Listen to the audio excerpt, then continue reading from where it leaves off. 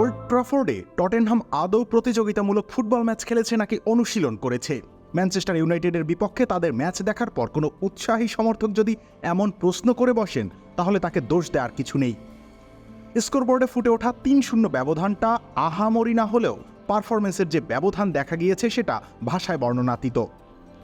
২৪টা shot, তার মধ্যে 10টাই on target, ৫৩৬টা pass, সফলতার হার প্রায় ৯০%। বিপরীতে স্বাগতিকরা শট নিয়েছে অর্ধেকেরও কম, পাসও খেলেছে প্রতিপক্ষের তুলনায় অর্ধেকের মতো। পরিসংখ্যান ঘাটলেই ম্যাচের গল্পটা পরিষ্কার হয়ে যাবে। তবে পুরো ম্যাচ দেখেছেন কিংবা বড় একটা অংশ দেখেছেন এমন দর্শক মাত্রই বলতে পারবেন পরিসংখ্যানের চেয়েও বাজে খেলেছে ম্যানচেস্টার ইউনাইটেড। ৩ মিনিটের মাথায় centre back van de van নিজের অর্ধ থেকে বল নিয়ে একাই চলে গিয়েছিলেন তাদের ডি বক্সে।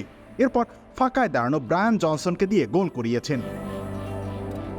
রেড ডেভিলদের রক্ষণভাগ কতটা ফাঁপা সেটা তখনই বোঝা হয়ে গিয়েছিল। তবুও ৯০ মিনিট ধরে নিজেদের দুর্বলতা বুঝিয়ে গিয়েছিল দলটি। খামেরা তো দাগ হয় কিভাবে? এই যে ভাবি, দাগও যাবে রাগও যাবে, নিন চাকা সুপার হোয়াইট।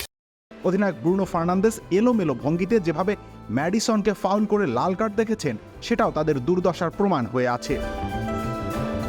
লিগে ৬ ম্যাচ খেলে এই নিয়ে তৃতীয়বার পরাজয়ের দেখা পেল এরিক টেন হ্যাগের শিষ্যরা। মুখে যতই বড় বড় কথা বলেন এই ডাচ কোচ, মাঠে যে তার অবস্থা মোটেই সুখকর নয় সেটার বলার অপেক্ষা রাখে না। দলের বিপর্যস্ত অবস্থার দায় কিভাবে এড়াবেন তিনি?